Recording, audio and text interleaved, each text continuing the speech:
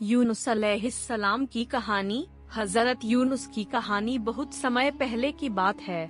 अल्लाह ताला ने उन्हें नैनवा, जो आज के इराक में स्थित है, की कौम की हिदायत के लिए भेजा था। नैनवा के लोग अल्लाह को नहीं मानते थे। हजरत यूनुस ने उन्हें अल्लाह की तरफ बुलाया, भलाई और सच्चाई का रास्ता दिखाया, लेकिन वे लोग नहीं माने।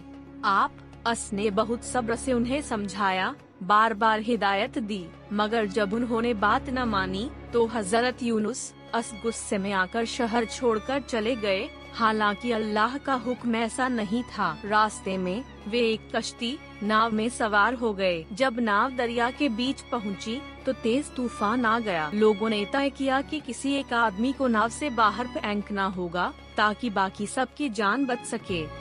चिट्ठी डालना किया गया और हजरत यूनुस का नाम निकला। आप को दरिया में डाल दिया गया। अल्लाह के हुक्म से एक बहुत बड़ी मछली आई और हजरत यूनुस को निगल गई।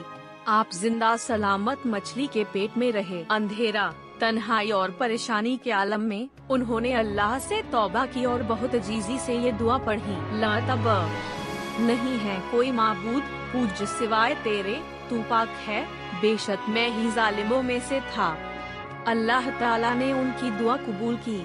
मछली ने उन्हें किनारे पर उगल दिया।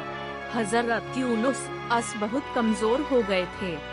अल्लाह ने वहाँ एक बेहद बड़ा बेलदार पेड़ उगा दिया, जिससे उन्हें छाया और फल मिले, ताकत आई। फिर अल्लाह ने उन्हें दोबारा नैनवा भेजा। इस बार लोग मान गए, तौबा की और ईमान ले आए। इस तरह वे अल्लाह के अजाब सजा से बच गए।